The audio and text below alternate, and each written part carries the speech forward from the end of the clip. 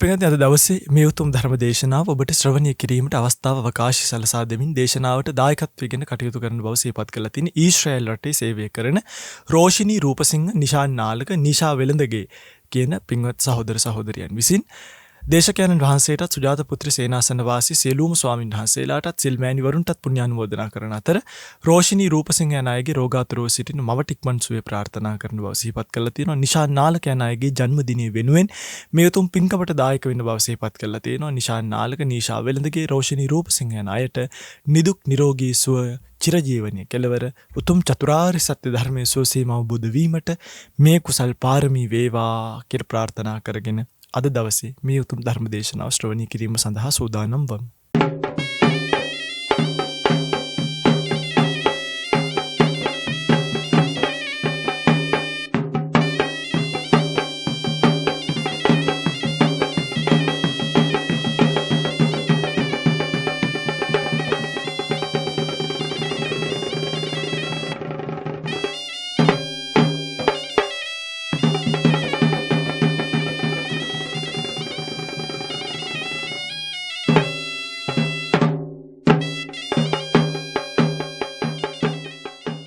समन्ता चक्रवालेषु अत्रा गच्छन्तु देवता सद्धम्मं मुनिराजस्स सुनन्तो सग्ग मोक्खदं धम्मස්සවන කාලෝ අයං භදන්තා ධම්මස්සවන කාලෝ අයං භදන්තා ධම්මස්සවන කාලෝ අයං භදන්තා නමෝ තස්ස භගවතෝ අරහතෝ සම්මා සම්බුද්දස්ස නමෝ තස්ස භගවතෝ අරහතෝ සම්මා සම්බුද්දස්ස නමෝ තස්ස භගවතෝ අරහතෝ සම්මා සම්බුද්දස්ස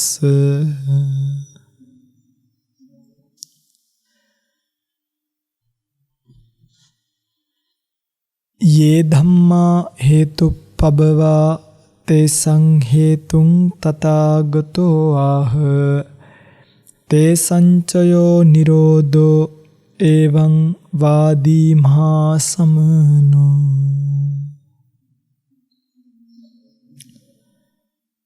සද්ධර්ම ශ්‍රවණාභිලාෂී ගුණබර වාසනාවන්ත පින්වත්නි, අද දවසේ මේ පින්වතුන් කවුරුත් සෝදානම් වන්නේ ලෞතර භාග්‍යවත් බුදුරජාණන් වහන්සේ නමක් ලෝකයට පහළ වෙලා දේශනා කරන්නට යෙදුන උතුම් චතුරාර්ය සත්‍ය ධර්මින් බිඳ කාල වේලාවට අනුරූපීව කෙටියෙන් නමුත් ශ්‍රවණය කරන්නට. පින්වත්නි, මේ පින්වතුන් බොහෝ කාලයක ඉඳන් බණ අහනවා ඇති. බොහෝ වෙලාවට බණ හොයාගෙන බලාගෙන ඉන්නවා ඇති අහන්නත්. එහෙම ඉඳලා දැන් මේ බණ අහලා එකක් තමයි දැන් අපි ඕකට ටිකක් ග්‍රාමීය භාෂාවෙන් කතා කරොත් බණ වලින් පත්‍යයන් වෙලා ඉන්නේ. සමහරක් විට මේ කොහොමත් නාලිකාව හරහා ශ්‍රවණය කර නැත්තෝ දවසට බණ කීපයක්ම විකාශය වෙන නිසා මේ එහෙම බණ අහලා ඉන්නේ. එතකොට අපි තේරුම් ගන්න ඕනි කාරණාවක් තියෙනවා, මේ බුදු බණ කියන එක හරියටම අල්ලගත්තේ නැත්තම් කියන්නේ අපි මේකට පින්වත්නි පොයින්ට් වෙන්න ඕනේ. දැන් අපිට කලින් ජෙනරේෂන් එකක් තිබ්බනේ. කියන්නේ මං කියන්නේ අපිට කලින් කියලා 88 89 ওই වගේ කාලවලදී ධර්ම රැල්ලක් මේකේ තියෙන්නේ නැතිනේ. හැබැයි ඔබ දන්නවද ඔය 89 වගේ කාලෙක පත්තරේ ඇඩ්වර්ටයිස්මන්ට් එකක් දාලා තියෙනවා මේ ජාතක පොතක් හොයලා දෙන කෙනෙකුට රාජගිරියෙන් ඉඩමක් දෙනවා කියලා. එතකොට හිතන්න ජාතක පොතක් හොයාගැනීමේ අමාරුභාවය ඒ කාලේ කොච්චර තියලා තියෙනවද කියලා. එතකොට ත්‍රිපිටක පොතක් කියන එක දැන් මගේ පින්වතුන්ට මේ මෑතකදී තමයි මං හිතන්නේ ත්‍රිපිටකය කියන නම හරි අහන්න ලැබිලා ඔය එළියට එන්න පටන් ගත්තා. හැබැයි තාමත් ත්‍රිපිටකයක් දැකලා තියෙනවද? නෑ, ඒක තාම දැකලා නෑ. දැකලා නෑනේ. ඔන්න තියනවානේ. කියවල බලලා එහෙම මේ සූත්‍රයේ පාඩයක් අභිධර්ම පාඩයක් කියවලා බලලා තියෙනවද ත්‍රිපිටකය පිළිබඳව? මම නිකන් අහන්නේ දැනගන්න. තියෙනවා. බොහොම කලාතුරකින් තමයි වර්තමාන කාලයේ වෙනකොටත් කෙනෙක්ට ත්‍රිපිටකයක් පෙරලලා බලන්න පුළුවන්කම ලැබෙන්නේ. පිටගන්නේ මේක බුද්ධෝත්පාද කාලයක්. එතකොට අපි තේරුම් ගන්න ඕනේ. මේක බුද්ධෝත්පාද කාලයක්. ඒ කියන්නේ බුදු කෙනෙක් ලෝකෙට පහළ වෙච්ච ඇත්තටම සූර්ය පායලා තියෙන කාලයක්.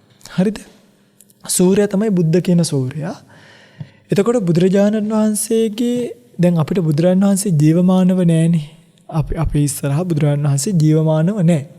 එන උන්වහන්සේගේ රූපකාය කියන එක, ධර්මකාය කියන එක තියෙනවා. බුදුරජාණන් වහන්සේගේ ශ්‍රී මුඛ ධාතුවෙන් මේ ලෝකයට යම් බණපදයක් දේශනා කළා. ආනන්ද මේක මෙහෙමයි, ආනන්ද මේක මෙහෙමයි, මහණෙනි මේක මෙහෙමයි, මහණෙනි මේක මෙහෙමයි කියලා ඒ බණ ටික රහතන් වහන්සේලා විසින් දරාගත්තා. නේද? හදේ පතිට්ඨාපේසි, හදවතේ දරාගත්තා ඒ කාලෙම. දරාගෙන ක්‍රමානුකූලව පරම්පරාවෙන් පරම්පරාවට දායාද කරගෙන ඇවිල්ලා වාචෝද්ගතව වර්ෂ කිහිපයක් යනකොටම පින්වත්නි මාතලේ අලු විහාරෙදි මේවා ග්‍රන්ථාරූඪ කරන්නට යෙදුණා. ඒ වෙනකොට ත්‍රිපිටකයේ කිසිම දෝෂයක් ආබාධයක් තිබ්බේ නැහැ. දැන් එහෙම ග්‍රන්ථාරූඪ කරපු ත්‍රිපිටකයේ අරගෙන අපි කියවද්දී අපිට දැනෙන දෙයක් මම මේ ඔබට කියන්නේ බුද්ධ වචනේනේ මේක ලියවිලා තියෙන්නේ. බලන්න කොච්චර කලාතුරකින්ද කියලා. බුදු කෙනෙක් දැන් ওই පිංගුතල එක එක කතරු ලියපු පොත් කියවලා ඇති. එතන නවල්ස් තියෙනවනේ. අර අපි දැන් ඔක්කොලම පොදුවේ කියවනවා පොතක් මොනවද අර ෂර්ලොක් හෝම්ස් කියලා. ඒක ලියලා තියෙන ආතර් කොනන් ඩොයිල් කියන කෙනා මම නිකන් මතක් වෙච්ච එකක් කිව්වේ හරියද? ඒ වගේ එක එක කතෘ විසින් ලියලා තියෙන පොත් අපි කියවනවා වගේම දැන් ත්‍රිපිටකය කියන එකේ කතෘ කවුද එතකොට? බුදුරජාණන් වහන්සේගේ බුද්ධ වචනයම නම් තියෙන්නේ බුදු කෙනෙක් පහළ වෙලා කියපු. අපිට මං හිතන්නේ ওই පින්වතුන්ලා හැමෝම ත්‍රිපිටකයත් එක්ක ලොකු ගනුදෙනුවක් තියෙන්න ඕනේ. අපි ධාතු පෙන්නනවා කිව්වහම දුවනවා. හරි මේමයි කිව්වහම දුවනවා. බුදුරජාණන් වහන්සේ අර මේ දැන් කැලණි අපි ගිහිල්ලා වදින්නේ වැනික් පුටුව තියෙන නිසා, යාපනයේට අපි ගිහිල්ලා වදිනවා ඒවා තියෙන නිසා. එක එක තැන්වල චෛත්‍ය වලට පවා මෙතන බුදුන් වැඩ ඉන්නේ නැති, මෙතන බුදුන් වැඩ ඉන්නේ නැති කියලා අපි බුදුන් වැඩ හිටපු තැන් හොය ගිහිල්ලා වදිනවා. දැන් ශ්‍රීපාදි බලන්නකොනේ. එක සිරිපතුලක් වන්දනා කරන්න මං හිතන්නේ අනේ මන් දන්නේ ට්‍රිප් යනවද මන් දන්නේ නැහැ. සිරිපතුල වඳින්න යනවද මම දන්නේ නැහැ. කොහොම නමුත් එක සිරිපතුලක් වන්දනා කරන්න අපි කොච්චර යනවද දුර? අර කන්දේ නැගලානේ. දැන් මේ ඔක්කොම බුදුන් හොයන්න යන්නේ. බුදුරජාණන් වහන්සේ ඇත්තටම වැඩ ඉන්නවා නම් ප්‍රසුද්ධ කියන්නේ පෙරිසිදුවම තැනක ඒ තමයි ත්‍රිපිටකය.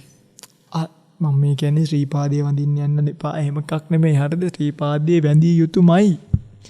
දලදා මාලිගාව වැඳිය යුතුමයි. දැන් අපි බලන්න අපි දලදා මාලිගාවට ගියාම අර දලදා මාලිගාවේ කරඬුව තියෙන්නේ ඇතුළේනේ. අපි ඔක්කොම එළියේ ඉඳන් තමයි බලලා එන්න පුළුවන්කම තියෙනවා. ඔය පින්වතුන්ලා කවදා හරි දවසක කැමතිද දලදා මාලිගාවේ කරඬු හතෙන්ම මේ අන්තිම කරඬුව වෙනකම් එළියට අරගෙන දලදා වහන්සේ S2 දැකලා වඳින්න? කිසියම් හෝ විශේෂ දවසක හැර ඒත් ඒක ළඟට යෑම කියන එක හරිම පොලිමේ ඉඳලා නේද අපි දකිනවනේ. පොලිමේ ඉඳලා කලාතුරකින් ගිහිල්ලා තමයි දැක බලාගෙන වැඳ ගන්න පුළුවන්කම ලැබෙන්නේ. පින්වත්නි මම මේ කියන්න හදන්නේ ඒ දලදා වහන්සේව වැඳගන්නේ තරම් දඟලන අපි ඒ දලදා වහන්සේගෙන් ස්පර්ශ වෙලා එළියට ඇවිල්ලා තියෙන ධර්මයේ දැකලා ධර්මයේ දැනගන්න එච්චර මහන්සි වෙනවද කියන එක ප්‍රශ්නේ. ඒ බුදුරජාණන් වහන්සේ භාවිත කරපු මාගදී භාෂාව පාලි භාෂාවේ විභක්ති ව්‍යාකරණ ඉගෙනගෙන වරණැගීම් ඉගෙනගෙන මොකක්ද මේ අර්ථය කියලා ඒ ධර්මයත් එක්ක අපි කරන ගනුදෙනුව කොච්චර අඩුද බලන්න. එහෙම හිතනකොටම මට හිතෙන කතාවක් තමයි මිනිසුන්ට ධර්මයත් එක්ක ලැබිලා තියෙන දායාදය 100% නෙලා ගැනීම කියන එක මිනිසුන් විසින් කරන්නේ නැහැ කියන එක. මිනිසුන්ට මේකේ වටිනාකම අපි දැන් බණවලදීත් ඕන තරම් කිව්වට කෙනෙක්ට බුදුරජාණන් වහන්සේගේ ධර්මයේ මේ තරම් වටිනාකමක් තියෙනවා නම් මං කියන්නේ තොරතුරු එකතු කර ගැනීමේ පිපාසාවකින් අපි පෙළෙන්න ඕනේ බුදුහාමුදුරුවෝ මොනවද කියලා තියෙන්නේ කියලා. එහෙම හොයාගෙන යන ගමන ඇතුලේ අද දවසෙත් මේ පින්වතුන්ලා සූදානම් වන්නේ බුදුරජාණන් වහන්සේගේ දේශනාවන් වලට අනුරූපීව යම්කිසි ධර්ම කාරණාවක් කාල වේලාවට අනුව ශ්‍රවණය කරන්නට.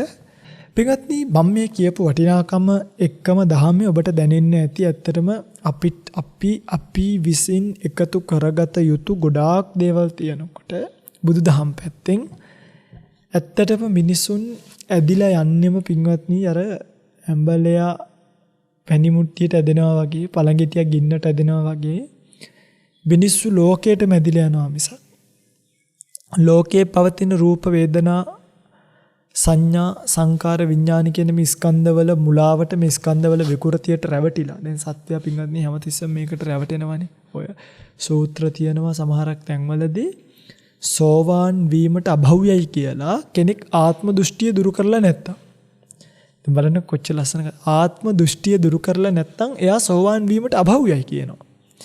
එතකොට ආත්ම දෘෂ්ටිය කියන්නේ මොකක්ද කියන එක පිළිබඳවවත්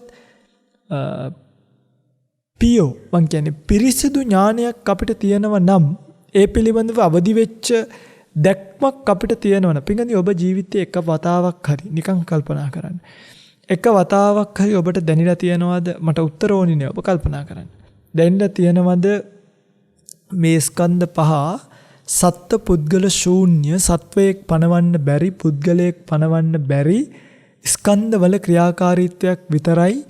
ඒ ස්කන්ධත් හේතුඵල ධහමට අනුරූපීව පහටගෙන හේතුඵල ධහමට අනුරූපීව නැති වෙන කිසිසේත්ම තප්පර ගානක්වත් නිත්‍ය කරගන්න බැරි කිසිසේත්ම සැපක් කියලා පනවන්න බැරි මහා දුක්ඛිත ස්කන්ධ ගොඩක් මම මේ පරිහරණය කරමින් ඉන්නවා කියලා පින්වතුන්ලාට දැනিলা තියෙනවා. පින්වත්නි මම ඔබට උපමාවක් කියන්නම්. මගේ පින්වතුන්ලා නිකන් හිතන්න ස්පිරිතාලයකට ගිහිල්ලා ලෙඩෙක් ඉන්නවා මේ ලෙඩාගේ හැම තිස්සෙම ඇඟෙන් සැරවා අරවා මේවා ලේ ඔක්කොම එළියට එනවා. හරිද? මේ ලෙඩාට පොරවල තියෙනවා සුදු පාට සිලික් බෙඩ් ෂීට් එක. සිලික් කියන්නේ අර මේ අපි කියන්නේ ඒවට දුහුල් කියලා. දැන් දුහුල් රෙද්දකට සුදු පාට සැරවා ලේ අර ලෙඩාගේ තියෙන කවලම් වෙලා ඒක තනින් තන සැරවා ලේ දැන් අර රෙද්ද සැරවා වලින් තෙත් වෙලා තියෙන්නේ. හරිද? පැහැදිලිද මම මේ කියන්නේ? සැරවා වලින් තෙත් වෙලා තියෙන්නේ. මං ওই රෙදි කෑල්ල අරගෙන ඔබේ ඇඟ වටේ ඔතලා මූණෙත් ඔතලා ගහනවා සෙලෝ ටේප් එක. දැන් හිතන්න දැන් මේ වගේ රෙද්දක් අරගෙන ඔබේ ඇඟ වටේ මේ ඔතලා මූණෙත් ඔතලා S2 ගාවින් විතරක් චුට්ටක් නහය ගාවිනුත් කපලා සෙලෝ ටේප් එකක් ගහලා තියෙනවා. දැන් ඔන්න ඔබට ගහලා තියෙනවා. මොකද්ද මේ ගහලා තියෙන රෙද්ද? අර ලෙඩාගේ ඇඟේ තිබ්බ දැන් මේක කියද්දිත් ඔය පිංගුතුල මෙහෙම වෙනවනේ. මේක ගැහුවොත් දැන් හිතන්නකෝ මේ වෙලාවේ මේක ගහලා තියෙන්නේ. දැන් ඔබට තියෙන හැඟීම කොයි වගේද? නිකන් අර මං කියන්නේ ඇකිලිච්ච හැඟි අපි ඉන්නේ මේම කරගෙන අමාරු තැන්වල. එහෙම ඉන්නවනේ අර නිකන් ඒකට කියන්නේ මොකක් කියලාද? හැකිලිලා ඉන්නේ. බලන්න එහෙම නෙමෙයි දින්නේ කියලා. හොඳට මේ වගේ රෙදි කෑල්ලක් අරගෙන ගැහුවොත් ඔබට පින්වත්නි මොනව දුන්නත් ඔබ මේම හෙල්ලෙන්නේ නැහැ. ඇයි? අරකේ කුණු ගෑවෙනකොට ඇඟේ නිකන් තෙත ගතියට හොම දැනෙනකොට සරව ටිකේ ගඳ දැනෙනකොට නිකන් හිතන්නකෝ දැන් මේ ප්‍රඥායකින් ඔබට කේක් කෑල්ලකුත් ගෙනල්ලා දෙනවා ඔය ඇස්සේ කන්න කියලා. අර රෙද්දිනුත් වහලා තියෙද්දි. දැන් මේ කේක් කෑල්ල මොන කඩින් ගෙනාවද? හරිද? ගෙනාවත් ඔබ ඒක හැන්දෙන් කනකොටත් ඔබට වැඩිපුර අවධානය තියෙන්නේ කොයිද? කේක් කෑල්ලේද අර ඔතල තියෙන රෙද්දේද? රෙද්දේ. හිතන්න මෙතන ඉඳන් හොඳම මේ ලෝකේ තියෙන කාර් එක හොඳම කාර් එක අරගෙන ඔබව ගෙදර යවනවා. මේ කොයින්ද කුලියා පිටින් ඉඳන් ඇවිල්ලා තියෙන්නේ. හැබැයි අර රෙද්ද ඇඟේ තියෙනවා. මොන කාර් එකේ ගියත්. හරිද? ඔය පිටුතරට අප්‍රියාවක් තියෙනවා මොකක් ගැනද? අර ඇඟේ උතල තියෙන රෙද්ද ගැන. පිටත් මේ ඇයි එච්චරේ රෙද්ද අප්‍රිය රෙද්ද මොනවද තිබ්බේ? මම මොනවද කිව්වේ? සැරවා ලේ ඔය වගේ දෙක තුනක් නේ. දැන් ඔබේ ඇඟේ ස්වභාවිකවම ඕව නැද්ද? නේද? පිටින් ආවම එච්චර අප්‍රියයි නම් ඔබට මේ හම්පොත් එක ඇවිලා දැන් ඕකේ ඇතුලේ මොනවද තියෙන්නේ? නේ? ඕකේ ඇතුලේ මොනවද තියෙන්නේ? ඕකේ ඇතුලේ සම්පූර්ණයෙන්ම ලේ සැරව වලින් යුක්තයි. ඒතර අමුතුවෙන් මේ අපිට ආයි ලෙඩෙක්ට කියලා රෙද්දක් ඇඟේ පටලව ගන්න දෙයක් නේ. ස්වභාවිකවම අපි කවුද? අපි සරව ගොඩවල්, ලේ ගොඩවල්. දැන් තියනවාද හැබැයි එහෙම පිළිකුලක්? දැන් නිකන් මේ ඇකිලිච්ච පිළිකුලක් ඔබට තියනවාද? දැන් ඔබට ඇකිලිච්ච පිළිකුලක් නෑ. හේතුව තමයි ඔන්න ඕක තමයි විසඳ ගන්න ඕන ප්‍රශ්නේ. හේතුව තමයි සත්වයා සත්ව සංඥාවෙන්, අලංකාර සංඥාවෙන්, ශෝභන සංඥාවෙන් රැවටිලා ලෝකේ වෙනම පැත්තක් අරමුණු කරගෙන ජීවත් වෙනවා. වෙනම පැත්ත අන්ධය වගේ ජීවත් වෙනවා. සූර්යයා පායලා තියෙනවා. බුද්ධ කියන සත්වයා අන්ධය වගේ ජීවත් වෙනවා. පින්වත්නි, ඔබට මෙන්න මේ චින්තන රටාව වෙනස් කරගන්න පුළුවන් නම්, හැබැයි එතකොට ඔබ හිතයි ඇයි හාමුදුරුවනේ අපි මේක වෙනස් කරන්නේ? අපිට ඉතින් ඔන්න ඔය දැන් මේක අහලා තියෙනවනේ චතුරාර්ය සත්‍ය ධර්මය අවබෝධ කරගන්නේ කොහොමද කියලා. ඉතින් අපි ඇයි වෙනස් කරගන්නේ? ওই සරව ගැන කල්පනා කර කර ඉන්නකම් හොඳ නැද්ද? ඒව අමතක කරලා දාලා මෙහෙම ඉන්න එක. හොඳයි. සසර කියලා එකක් නැත්තම් මේකේ ප්‍රශ්නයක් තියෙනවා පින්වත්නි. එහෙම ඔබ මේ යථාර්ථය අමතක කරලා දාලා, හරිද? යථාර්ථය අමතක කරලා දාලා බොරුවේ ජීවත් වුණොත්, බොරුවත් එක්ක ජීවිතය ගත කරන්න පටන් ගත්තොත් වෙන්නේ මොකද්ද දන්නවද? නොඇලිය යුතු තැන්වල ඇලෙනවා. අන්න ඕක වෙන්නේ. දැන් මේ කුණු ගොඩක් දැකලා, මේ අසත්පුරුෂ ශරීරයක් දැකලා මේක අතාරින්න එපැයි අපි අපේ හිතින් හිතලා. හැබැයි මේක අතාරින්න ඥාන ශක්තියක් එන්නෙම නැත්තෙම මේක පිළිබඳව කරන වැරදි කල්පනාව නිසා. එතකොට ඒ වැරදි කල්පනාව නිසා තණ්හාව ඇති වෙනවා. කියන්නේ මේ ජීවිතේට ආසාවක් ඇති වෙනවනේ පින්වත්නි. තියෙනවද නැද්ද? තියෙනවා. මේ ජීවිතේට තෘෂ්ණාවක් ওই පිංගුතුල ගාව තියෙනවා. ඒක ওই පිංගුතුල මැරෙනවා කියලා දන්නවා, ওই පිංගුතුල ලෙඩ වෙනවා කියලා දන්නවා, ওই පිංගුතුල දිරනවා කියලා දන්නවා. හැබැයි ඔබට විශ්වාසයක් නැද්ද? තව අවුරුද්දක් දෙකක් අවුලක් නැතුව ජීවත් වෙන්න පුළුවන් වෙයි කියලා. අපෝ තියෙනවා. ඒ නිසානේ සමහරක් වෙලාවට මම මේ වගේ මේ දැකලා තියෙනවා මේ පුණ්‍යානුමෝදනා පත්‍රවල අවුරුදු 90 අම්මාට දිගාසිරි ලැබේවා. 90 අම්මට ඉතින් දිගාසිරි ආයේ රෝද පුටුවක් තමයි දෙන්න වෙන්නේ පිරිකරට. ඒ කියන්නේ 90ක් වෙලත් දිගාසිරි ඉල්ලන්නේ මොන ලැජ්ජ නැති කමක්ද? ඒ කියන්නේ අනේ වන්ද මේවා කියලා මේවා අහන මිනිස්සු මොනවයි හිතයිද කියලා. 90ක් වුණා නම් දිගාසිරි ඉල්ලන්න එපා. මේ පින්ගන්නේ තව අවුරුදු දෙක අපිත් මේ කල්පනා කරනවා අද රෑ යනකොට හැප්පෙයිද දන්නේ නැහැ ටිපරයකට කියලා. මේ අවුරුදු 28යි තාම. 90ක් වෙලා දිගාසිරි ඉල්ලනවා කිව්වා. මේ සත්‍යයේ තියෙන මුලාව. එක එක සත්වයා මට ඉතින් ඌව දකින්නකොට පින්ගන්නේ ඇත්තම මම නම් කියනවා. මේ දිගාසිරි ඉල්ලන්න එපා පින්ගන්නේ. එන්නෙත් අර ක්ලචර්ස් වලින් රෝද පුටුවෙන් ඇවිල්ලා අමාරුවෙන් ඉඳගෙන මෙතන මේ බන් ටික කුවාම මොකෝ මේ සුපර්මෑන් වගේ උඩින් යන්න පුළුවන් වෙන වෙයි. එහෙම නෑ ඉඳලා නැගිටිනකොට ආයි වයසට ගිහිල්ලා තියෙන්නේ. ඔය යථාර්ථය තේරුම් ගන්න නැතුව ජීවිතේට අවුරුද්දක් දෙකක් හරි අල්ලගෙන ඇලුම් කරන්න පටන් ගත්තොත් ඒ ඇලුම් කිරීම නිසාම සත්වයා මේ ලෝකෙ මුලා වෙනවා. පැහැදිලිද මං කියන්නේ? එතකොට දැන් ඔබට මේ චතුරාර්ය සත්‍ය ධර්මාවබෝධය කරගෙන යන්න ඕන නම් ඔබට එක දෙයක් කරන්න ඕනේ. මේ පොඩි දෙයක් මම කියන්නේ නෑ ආසුසට කොත් හදන්න, ඉඩම් පූජා කරන්න, ගෙවල් පූජා කරන්න. ඒව නෑ. ඒවත් ඕනි සංසාර ජීවිතේ කොතන හරි පිළිසරණක් තියෙන්න බෑ අපිට නිවන් නොදැක්කොත්. කරන්න තියෙන එක දෙයයි. ඒ තමයි මේ අස්තීර වූ ජීවිතේ අස්තීර එකක් කියලා නිතර දකින්න පුරුදු වෙන්න. අබින්හං පච්චවෙක්කිතබ්බ. නිතර කල්පනා කරන්න. මොකක් කරන්නද? අබින්හං පච්චවෙක්කිතබ්බ. නිතර කල්පනා කළ යුතුයි. අපිට මේ ලෝකයේ අස්තීර බව, මේ ලෝකයේ සැප වේශයෙන් තියෙන හැම දෙයක්ම දුකක් කියන එක දැන් උදාහරණයක් පින්වතුන්ට කියන්න. ඔය පින්වතුන්ලා හිතන්න එපා මේ ලෝකයේ මේ සැප මාත්‍රයක්වත් තියෙනවා කියලා. සැප තියනව නැත්තේ නෑ. හැබැයි ඒ සැපත් එක්ක බැඳිච්ච දුක් ගොඩක්. බිරිඳක් පෝෂණය කරනවා කියන තැන තියෙන දුක් ගොඩ බලන්න. අපි ජොබ් එකක් කරන්න ඕනේ. අපි බිරිඳව මේන්ටේන් කරන්න ඕනේ. ඒක හැමදාම කන්ටිනියු කරන්න ඕනේ. ඒතර පොඩ්ඩක් නැත්තම් එහෙම වුණොත් ඔකගේ ප්‍රශ්න එනවා. ඊට පස්සේ කොච්චර මේන්ටේන් කරත් වැඩක් නෑ. ඒවා දිරලා යනවා. ඒවා ලෙඩ වෙනවා. ඒවා මැරෙන්න වැටෙනවා. ඒවා එන්න වයසට යනවා කැත වෙනවනේ ඔය දැන් කසාද බැඳෙනවා වගේ නෑනේ දරුවෙක් දෙන්නේ කම්මනාට පස්සේ කැත වෙලා ඇද්ද වෙලා නේද ඔය වයසට යනකොට මම මේ කලිනුත් කිව්වා සමහර අම්මලා තාත්තලා ඉන්නවා කරාබු එහෙම තරුණ කාලේදී ලස්සනට දාලා ඉන්නවා ලොකු වුණාම කනේ ඒ කරාබුවේ හිල පේනවා පින්වත්නි ඈතට හමුදාවෙන් දැක්කොත් වෙඩි තියන්න ෂූටින් කරන්න පුරුදු වෙන්න ගන්නවා ඒ කියන්නේ මේ එච්චර ඒවා ඇද්ද වෙලා කැත වෙලා ඉරිලා යනවා කාලයක් යනකොට එහෙම නෙනේ දැන් ওই පිංගුතුලේ කරාබු දානවා නම් දන්නවා ඇති කරාබුවක් දාලා ගලවලා ටික කාලෙකින් දාද්දි මොකක් වෙලා තියෙනවද? ඔය හා වෙලා තියෙනවා. හා වුණාම ආයිත් කරාබුව තියලා අර ටික් ටික් ගාලා මෙහෙම කරලා දාන්න ඕනේ නේ. සමහරු කරපින්ජන ටික අහගෙන ඉන්නවා. මේ ඉතින් ඒ හැම යාවෙනකොට ආයිහිල් කරනවා.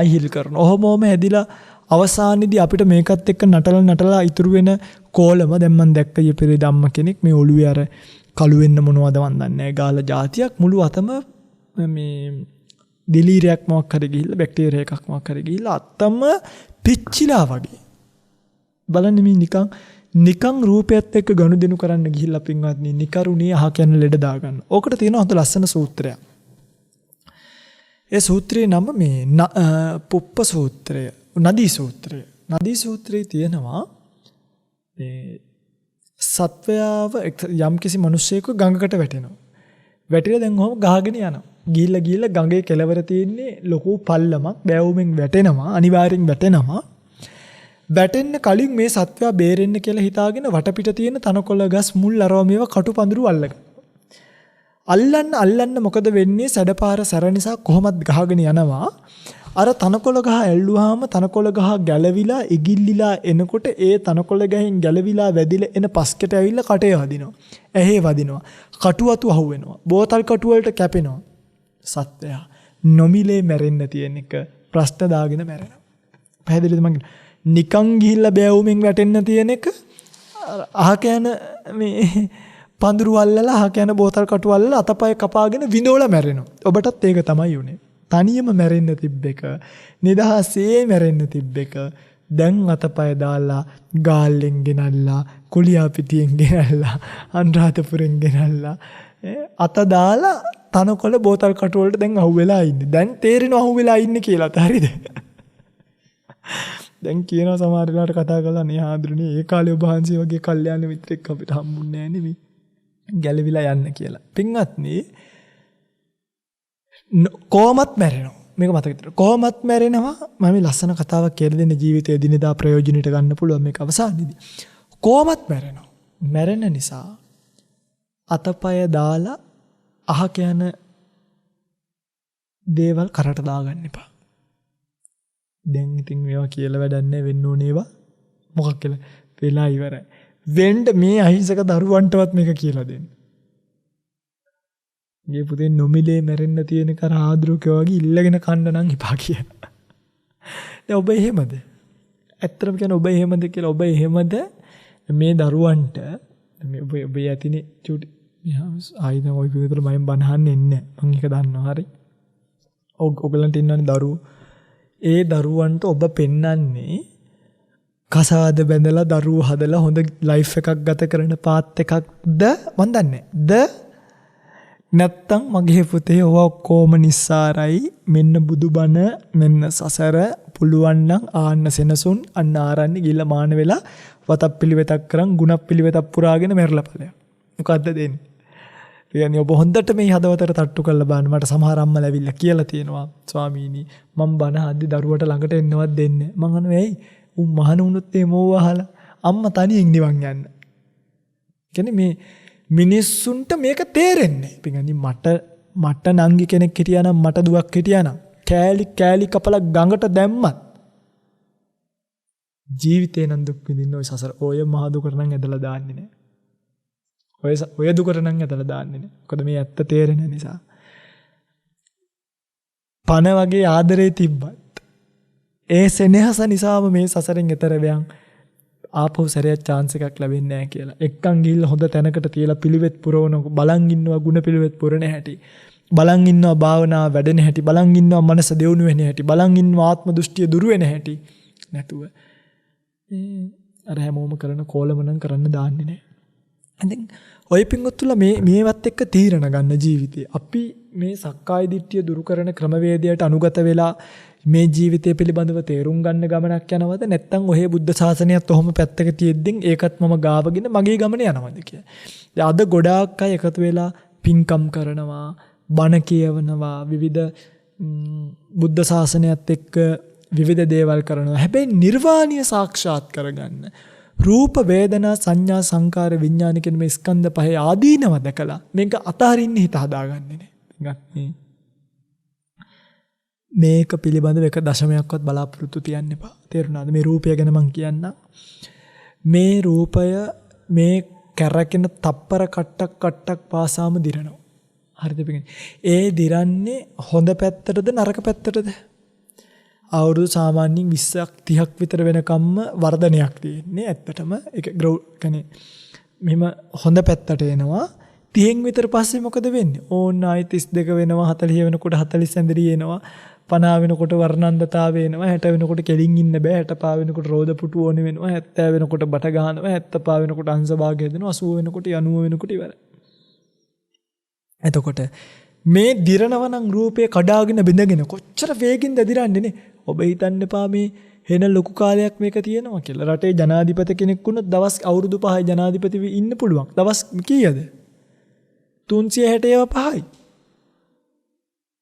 දවස් 1600ක් 1700ක්වත් තියෙනවද බලන්න. දවස් 1700යි පුළුවන්. ඒතර මේ මහා ලොකු කාලයක් නෙමෙයි අපිට තියෙන්නේ හරි චූටි කාලයක්. ඒ චූටි කාලය ඇතුලේ මගේ පින්වතුන්ලා දැන් ඔය කරන මගේ පින්වතුන්ලා සාමාන්‍යයෙන් ගිහි ජීවිතවලදී කරන රූපය පෝෂණය කිරීමේ යුද්ධයෙන් අයින් වෙන්න. මේ යුද්ධේ ඉන්නවනේ. මෙයාව සරසන, මෙයාව අන්දන, මෙයාට විලාසිතා කරවන, මෙයාගෙන් සතුටු වෙන, මෙයත් එක්ක ගනුදෙනු කරන, මෙයාව හැඩ කරවන්න යන යුද්ධයක ඉන්නවනේ. දැන් ඉස්සර වෙඩින් ෆොටෝ එකක් ගත්තාම තාත්තා ලොකු කෝට් එකක් ඇඳගෙන ඉන්නවා, අම්මා ලස්සනට සාරියක් ඇඳගෙන ඉන්නවා, එච්චරයි. හරිද? ඒ කාලේ මිනිස්සුන්ට කොච්චර නමුත් පින්ගන්නේ මේ වගේ දැන් ඇල්බම් එකක් ගත්තාම එකක මල් බොකියක උඩ, අනිත් එකේ මල් බොකියක යට මනමාලි උඩ. කොහම ගෙවුවද කියලා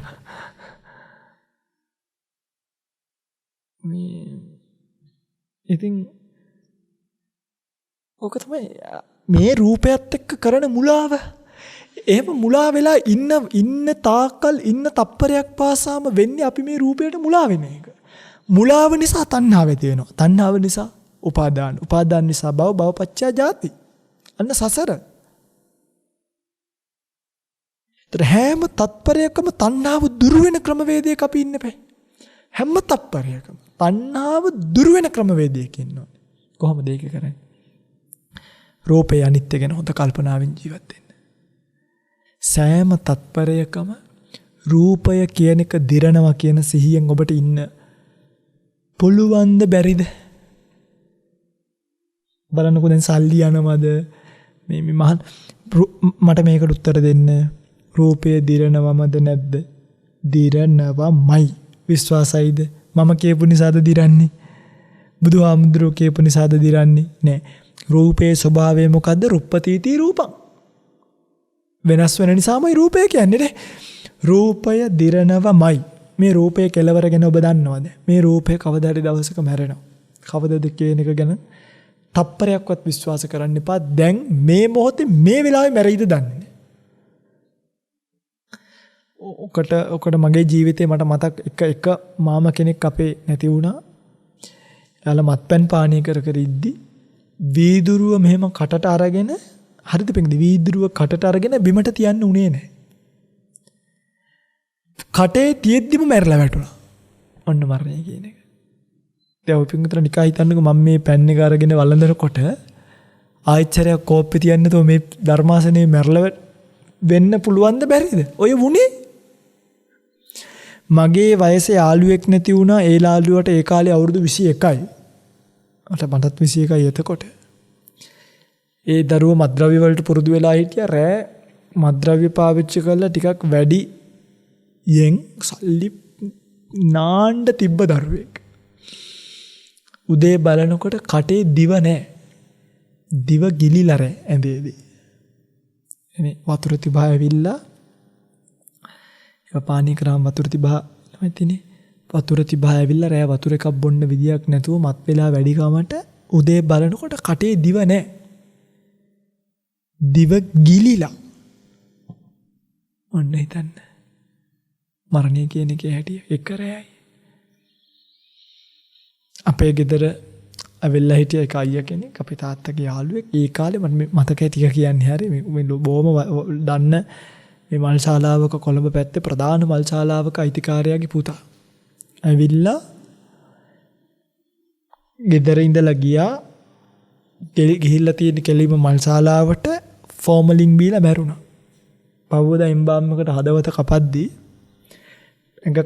හදවත බැලුමක් වගේ පිම්බිලා ඉදි. ඒ කියන්නේ අමුෙන්ම එම්බාම් වෙලා. එම්බාම් කරන්න දෙයක් තිබ්බේ නෑ ඒකේ. ෆෝමලින් බීලා මැරුණා. හරි. එච්චර දුරක් යන්න ඕනේ. අපේ තාත්තා ගන්නකො. සමුදා නැති වුණා. ඊට දවස මුහුදුත් ගිහිල්ලා ආවේ මාත් එක්කම. ගිහිල්ලා ඇවිල්ලා සවුදා උදේ 8ට විතර 6:00 වැන්දා. වැඳලා මම එළියට ගියා. 8 වෙනකොට මැරිලා. ඔන්න ජීවිතේ හැටි. තව කොයිද අපි මේ ජීවිතේ. ඒතර අද හවස් වෙනකන්වත් අපිට මේ ජීවිතය පිළිබඳව විශ්වාසයක් තියන්න පුළුවන්ද? මේ ජීවිතයේ අවසානයේදී මේ ආදරෙන් පෝෂණය කරන සුදු කළු උස මහත ભેදයක් නැතුව මේ ශාරීරිය අරගෙන යනවා පින්වත්නි මල් ශාලාවට. යන්න ඔය කළු බෝවිලේ තියෙන මෝචරිය. ගිහිල්ලා ඒ මෝචරියට දාලා අවසානයේදී හදීසි මරණයක් නම් කපනවා කෑලි වලට. කපලා මේ මොළ කටු අරගෙන මේ මූණ මෙහෙට මේ හැම මේට වෙනකම් අඹරනවා. ඔය සමහර මලකවල් වල මේ මිනිහ මූණ වෙනස්නේ. ඒ අයි දන්නවද පිටින් මේ කපලා මේ කනගාවිනම් මේ කනගාවට කපලා මේක ඇදලා මේක මෙහෙම පල්ලෙහාට අදිනවා. ඇදලා ඔලු කට්ට අරගෙන ආයි අරක ඇද්දාම අර මූණ වෙනස් වෙනවා ඉතින්. ඒකයි ඔය කරන්නේ. මේවා කපලා පින්වත්නි ඇතුලේ තියෙන හැම කෑල්ලක්ම එළියට අරගෙන ලී කුඩු දාලා රෙදි කෑයි මේ ගෑනු පිරිමි කියලා එක දවසක් මට මතකයි ඔය මිනිහ එකක් කපනවා මම බලාගෙන හිටියා. මම හිතුවේ පිරිමි දරුවෙක් කියලා. මිනිහ කපලා ඉවර වුණාමයි කිව්වේ ගෑනු කෙනෙක්ගේ මිනිහක් කැපුවේ. කියන්නේ ගෑනුද පිරිමිද කියලා හොයාගන්න බෑ පින්වත්නි කපලා ඉවර වෙනකොට. එක්ක ඇඳුම් මාත්‍රයක් නැතුව අර ටයිල් ගොඩ පින්වත්නි වැඩක් නැහැ කියලා. ඔය පින්වත්නි මාළු කපනවා දැකලා තියෙනවනේ. හරි. අර ලොකු මාළු මන්න වලින් මෙහෙම එහෙට කපලා මෙහෙට කපලා මෙහෙම පොලේ ගහලා කපන්නේ. ඒ වගේම මිනිය අතින් මෙහෙම ඉස්සුවාම පින්වත්නි ඩීෆිෂර් එකේ දාපු මාළුවා වගේ මිනිය ඔහොම ඇද වෙනවා. බෙඩ්ෂීට් එකකින් හරි මොකකින් හරි ගාලා වතුර පාරක් ඇල්ලුවාම දැම්මේ නාවනවා වගේ නැහැ. මාළුවෙක් ඩීපිෂර් එක දාපු මාළුවෙක්ට හොස් පාරක් අල්ලනවා වගේ. කෑලි ගැලවිලා හැම ගැලවිලා යන්නේ. අතපය කඩලා දිවවල් එළියට ඇදලා කපලා සමහරක් ඇතුළට දාලා මහලා කනට ගම් දාලා නායට ගම් දාලා දිවට ගම් දාලා ඇස් වලට ගම් දාලා ඒවා මහලා අතපය ඇඟිලි කඩලා මේ ළඟට කරලා මහලා කකුල් දෙක මහලා ඇඟිලි දෙක මැද්දෙන් දාලා ඔන්න මිනියට කරන මේ රූපේ අවසානේ. අද ගෙදර ගිහිල්ලා කටයුතු කරද්දී ওই රූපයත් එක්ක ඔය මතකේ තියාගන්න. අන්න ඕක තමයි නිවනට හේතු වෙන්නේ. මගේ මේ රූපයේ කෙලවර තියෙන්නේ මේක. අඩුම ඒක මතක තියාගන්න. අනිවාර්යෙන් දවසක මැරෙනවා. ඒක කොතන වෙයිද කියන්නේ මම දන්නේ නැහැ. අද වෙන්නත් පුළුවන්, හෙට වෙන්නත් පුළුවන්, අවුරුද්දකින් වෙන්නත් පුළුවන්, 5කින් වෙන්නත් පුළුවන්, 10කින් වෙන්නත් පුළුවන් නේ. මොක වුණත් මරණින් මත්තේ සිද්ධ වෙන්නේ දේ තමයි ඕක. ආයිතින් ඒක නම් පින්ගත්ටි කතා කරන්න දෙයක් නැහැ. සල්ලි තිබේවා නැති වේවා හැමෝම අර ගොඩාක් අයගේ මේ මිනි එම්බාම් කරන තැනට යන්න දෙන්නේ නැහැ. කියන්නේ ඒක මල් ශාලාවට හොඳ නැති නිසා. මේ ඕගොල්ලෝ හිතන් ඉන්නවා නම් හඳුන් කූරු ගාලා පහන් පත්තු කරලා කපරු පත්තු කරලා ඔවා කරනවා කියලා එහෙම නැහැ. කලින් කපපු මිනිහේ ලේ ටික රෙදි කෑල්ලකින් පී දාලා ඒ කුඩටම දාලා පොඩි මේ මේසෙට වඩා තව ඕනනම් අඩි 6ක් දිගයි. අඩි 6ක් දිගයි මේ මේසේ පළල ඇති. ටයිල් කැට දෙකක් අල්ලලා තියෙන. දෙකක් හෝ තුනක්. ඔය ඒකේ එම්බාම් ශාලාවට මල් ශාලාවට ගියාම පිළිගන්නේ මල් ශාලාවේ තියෙනවා මෙහෙම එල්ලපුවා. ඒ නිකන් අර අයිගලන්ට උමනා වෙන ටූල්ස් ඉන්දි කට්ටු අරවා මේවා ග්ලව්ස් ඒ ඉන්දි කටු වල ලේ ගෑවිලා තියෙනවා. ඒ නූල් වල ලේ ගෑවිලා තියෙනවා. ඒ ග්ලව්ස් වල ලේ ගෑවිලා තියෙනවා. ඒ වගේ තියෙනවා බට කෑලි ඇඟ ඇතුළට දාලා ෆෝමලින් ගහන. ඒ වගේ අර ඒගොල්ලන්ගේ යහපැත්තේ තියෙනවා නිල් පාට බකට් එකක්. අර ලොකු නිල් පාට බකට්ස් තියෙන්නේ අපි මේ කුණු දාන්න රෝමිය පාවිච්චි කරන. ඒ නිල් පාට බකට්ස් වලින් එකක තියෙනවා එදා දවසේ කපපු මිනිවල වකුගඩු කක්මා කුඩා බඩවල් මහ බඩවල් ඔක්කොම එකට දාලා කවලම් කරලා ලේ ටික ගන්නේ නිල් පාට පොඩි ප්ලාස්ටික් කෝප්පයකින් ඒකෙන් මෙහෙම කරස් ගාලා ඇඟ ඇතුලේ පිට ගාවට වෙනකම්ම ලේ ටික මෙහෙම හූර්ලා පොල් කට්ට වගේ අරගෙන දානවා ඇඟේ ලේ බින්දුවක් නැති වෙන්න. ඊට පස්සේ අර බාල්දියේ තියෙනවා ඉස්සල්ලා මැරිච්ච කාගේ ලේත් තියෙනවා දැන් මැරිච්ච කාගේ ලේත් තියෙනවා ඊළඟට මැරිච්ච කාගේ ලේත් තියෙනවා. මෙයාගේ කුඩා බඩවැලත් ඒකේ අරියාගේ මහ බඩවැලත් ඒකේ මෙයා කුඩා බඩවැල. ඔන්න අපේ ශරීරයට අවසානට වෙනදේ. ඔය යන ගමනේ කෙලවර තියෙන්නේ ඕක. මේ රූපයත් එක්ක ලොකු ගනුදෙනුවක් කරන්න එපා. මේ රූපේ අනිවාර්යෙන් අපිට දාලා යන්න වෙනවා. මේ රූපේ ස්වභාවය තමයි ඕක. ඕක කාටවත්ම වෙනස් විදියක් තියෙනවද? කාටවත්ම වෙනස් විදියක් නෑ. ෆෝමලින් ඔය කියන දුක නෑ. සාමාන්‍යයෙන් ලෙඩක් හැදිලා තියලා මැරුණොත්. අර වේදනාව දෙන්නේ නෑ මිනියට. හැබැයි ඒත් එම්බාම් කරන්න නැතුව ගෙනල්ලා දවස් දෙකක් තියෙනකොට මොකද වෙන්නේ? ඉදිමිලා, කළු වෙලා, නිල් වෙලා හොයන්න මිනිහ ඉදිවෙනවා පුම්බපු ගෙම්බෙක් වගේ. අනේ අපි කපන්න කැමති නෑ. ඒවා දාලා නෑ. මරුණට පස්සේ මරණය හදිසි මරණයක් නම් මරණ පරීක්ෂණ වාර්තාව ගන්න ඕනි කිව්වොත් අනිවාර්යෙන් කපනවා. කපනවාමයි අම්මා. එමේ අපේ වුමනාවට නොකපින්න බෑ. මරුනේ මොනවා වෙලාද කවුරු හරි වහදීලාද බලන්න කපනවා. මොකක් හරි ලෙඩක් එකලින්ම තෙලා ලෙඩෙන් මරුණයි කියලා කිව්වොත් සැක නැත්තම් අන්න එදාට ඕනනම් ඔක කපන්න නැතුව ඒත් ෆොල් කට්ටයකට යන්නේ නැතුව කියන්නේ සම්පූර්ණ එම්බාම් මේකට යන්නේ නැතුව ගියොත් ඒත් ඇඟ ඇතුලේ හිල් දෙකක් විතර හදලා ඒ හිල් වලට බට ගහලා එම්බාම් කිරීම කියන එක සිද්ධ කරනවා. ඔන්න ජීවිතයේ යථාර්ථය. අඩුව මේ සියෙන් වාසය කරන්න. මේ සියෙන් වාසය කරන්න. කවදා හරි දවසක මේ රූපය නැති වෙනවා කියලා දැනගත්තට පස්සේ අපි රූපයට ඇලෙන්නේ නැහැ පින්වත්නි. අපි රූපයට බැඳෙන්නේ නැහැ පින්වත්නි. ඇලීම බැඳීම දුරු වෙච්ච තැන තණ්හා නිරෝධෝ උපාදාන නිරෝධා. ඇලීම නැති වෙච්ච තැන කිසිම එතකොට අපේ දරුවා දකින්නකොට අම්මේ, අපේ අම්මව දකින්නකොට පුතේ, අපේ තාත්තව දකින්නකොට අපිට තියෙනවා ඒගොල්ලොත් එක්ක බැඳිච්ච අවබෝධයක්. මොකද්ද? මේගොල්ලෝ ඔක්කොම කවදා හරි දවසක මැරෙන්න ඉන්නයි. කොයිද? එතකොට උපාදානයක්. පැහැදිලිද මං කියන එක? ඒතර උපාදානයක් නෑ. තාත්තා මැරුණොත් කොයි වෙලේක හරි ඒ කතාව ඉවරයි. එයාගේ විඥානීය සසරට ගියා. විඥාන පරම්පරාව රූපේ එයා දාලා ගියා. ඒ මනුස්සයා සසරට ගියා. අන්න දැන් ප්‍රශ්න දෙකයි. එකක් මේ ජීවිතේ වෙන මේ මරණය, අනිත් එක අර සසර යන්න වෙන කතන්දරේ. ආන්නේ සසරට වැටෙනකොට ඒ සසර ඇතුලේ තියෙන උප්පත්ති ස්ථාන ෂුවර් කරන්න බැරි ස්ථාන අන්න ඒකයි. ඒවා කාටවත් වරන්ටි එකක් දෙන්න බෑ මම මෙච්චර පින්කම් කරා ඒ නිසා මෙහෙමයි කියලා. කාටවත් ගැරන්ට් කරන්න බෑ. අපි මේ දැන් තාත්තලා ඉන්නවා අම්මලා ඉන්නවා අක්කලා අපි මැරලා කොහි යයිද? නිකන් හිතන්න. නිකන් ඔබ හිතලා පින්වත්නි කොයි හැරේ ගිහිල්ලා ඕන් නැති තැනක ඉපදුනොත් ඉතින් ඉවරයි. කඩවත හයිවේ එකට පටන් ගන්න තැන ඉන්නවා. හැමදේම දරුවෙක් උස්සන් අම්මලා තාත්තලා පිඟන්නේ දරුවෝ ඒ පිඟුතරෝ යන්නේ යනකොට බලාගෙන ඒ තාත්තලා පාරේ විඳින දුක අම්මේ ඒ අම්මලා පාරේ විඳින දුක පාරට වෙලා වාහනයක් ගාවට ගිහලා තට්ටු කර බලන්නකෝ ජීවිතේක හැටියා. හිතන්න නිකම් මනුස්ස ජීවිතේ වැරදිලා ඒ වගේ තැනකට ගියොත් දැන් මේ ඔබට හොඳ හයිය හත්තිය ජීවිතයක් ලැබිලානේ. මේ වෙලාවේ මේක අවබෝධන කර මේ ලැබිච්ච తాවකාලික ජීවිතයට මුලා වුණොත් මේ චොකලට් එකට මේ ටොපියට මුලා වුණොත් යන්න වෙන සසර නම් හරිම භයානක සසරක්. ඒ භයානක සසරට යනවද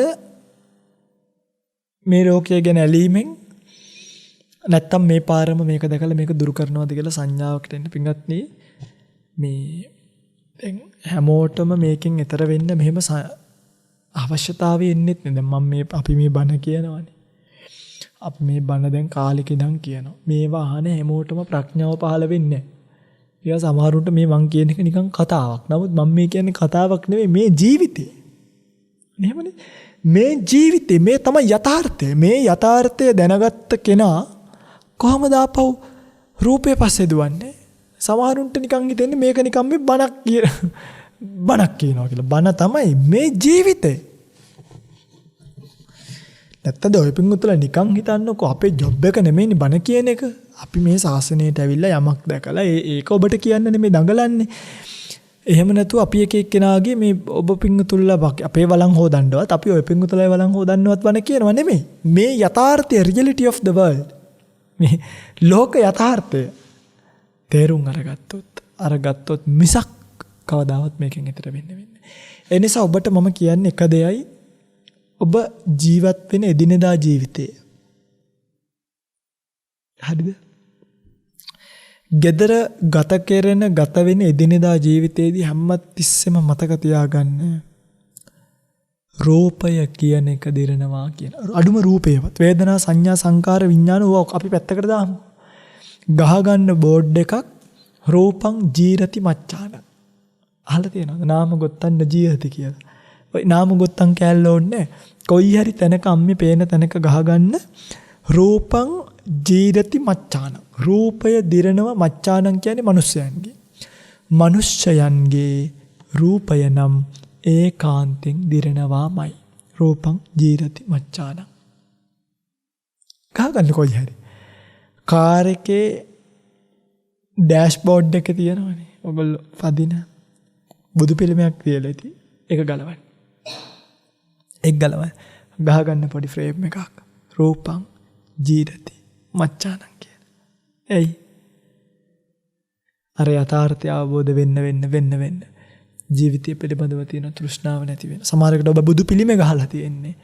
ඔබට රැකවරණයක් වෙන්න, පිළිසරණක් වෙන්න කියලා හිතාගෙන නම් ඒක කවදාවත් වෙන්නේ වෙයි. නමුත් මැරෙනවමනේ පිඟුන ඉදිරණවමනේ බුදු පිළිම තිබ්බා කියලා දිරන්න නැතුව ඉන්නේ නැහැ. ඒ නිසා බුදුරජාණන් වහන්සේ කියපු බුදු වදන දිහා බලනවා මිසක් මම ඒකයි අර කලින් කියාගෙන ආවේ දලදා මාලිගාව ගැන ශ්‍රීපතුල ගැන. ඒ බුදුන් වහන්සේනේ. ඒ බුදුන් වහන්සේ. උන්වහන්සේ අපිට වටින්නේ බුදුරජාණන් වහන්සේගේ ධර්මය නිසා. ඒ නිසා බුදුරජාණන් වහන්සේව යම් තාක්ද අපිට වටින්නේ ඒ අපිට ධර්මයේ දැනෙන ප්‍රමාණයටයි. ඒකයි කිව්වේ යෝ ධම්මං පස්සති සෝ මං පස්සති. කෙනෙක් ධර්මයේ දැක්කොත් කිව්වේ නෑනේ යමෙක් සිරිපතුල දැක්කොත් ඔහු මාව දකින්නවා කියලා. යමෙක් දලදා මාලිගාවේ ධාතුන් වහන්සේ දැක්කොත් මාව දකින්නවා කියලා කිව්වේ නෑනේ. ඒකට හේතුව අපිට බුදුරජාණන් වහන්සේව දැනෙන්නේ අපි බුදුරජාණන් වහන්සේව දන්න තරමට. උන්වහන්සේව අපිට දැනගන්න තියෙන එකම ක්‍රමවේදය තමයි මේ ජීවිත යථාර්ථය පිළිබඳව කල්පනා කරන එක. මං හිතන්නේ ඔබට මුළු ජීවිත කාලෙම කල්පනා කර ඉන්න තාම වටින රූප භාවනාව, රූපේ අවසානය, රූපයට වෙන දේ පිළිබඳව නිතර කල්පනා කරන්න. මේ බණ ඉවර වෙලා දෙයි යනකොට මං කියන්නේ කලබල වෙන්න එපා. එවින් සැරේ යන අතරමඟ කල්පනා කරන්න දෙයියනේ මේ රූපයට වෙන්නේ මේ යථාර්ථය නම් මම මේ කොයිද දුවන්නේ? මම මේ කොයිද යන්නේ? මගේ මහත්තයා කොයිද යන්නේ? මගේ නෝනා කොයිද යන්නේ? දරුවෝ කොයිද යන්නේ? අපි මේ මොනවද කරන්නේ? කල්පනා කරන්න. කල්පනා කළොත් ඒකාන්තයෙන් ඔබට ඊතර වෙලා යන්න අවකාශය ලැබෙයි කිසිම ගැටලුවක් නැතුව. අනිවාර්යෙන් පුළුවන්. නිසකවම පුළුවන් මේ රූපයට කලකිරෙන්න, වේදනාවට කලකිරෙන්න, සංඥාවට කලකිරෙන්න, සංස්කාරයට කලකිරෙන්න, විඥාණයට කලකිරෙන්න. කලකිරුණොත් ඇලෙන්නේ නැහැ. ඇලෙන්නේ නැත්තම් ආපෝ සැරයක් සසරට යන්නේ. මිදුණා. නිබ්බින්දං විරජ්ජති කලකිරුණොත් නොඇලෙයි. විරජ්ජං විමුච්ඡති නොඇලුනොත් මිදෙයි.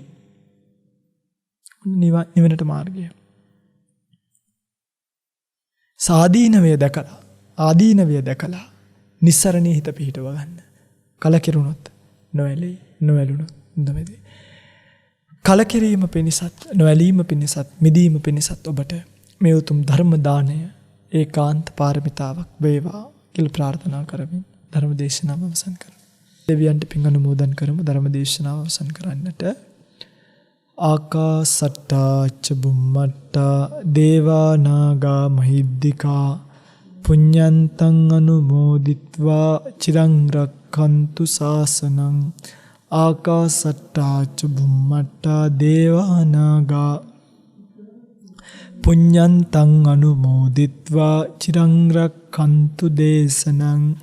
ආකාසට්ටා ච බුම්මට්ටා දේවා නාග මහිද්దికා පුඤ්ඤන්තං අනුමෝදිත්වා චිරං රක්칸තු මං පරන්ති.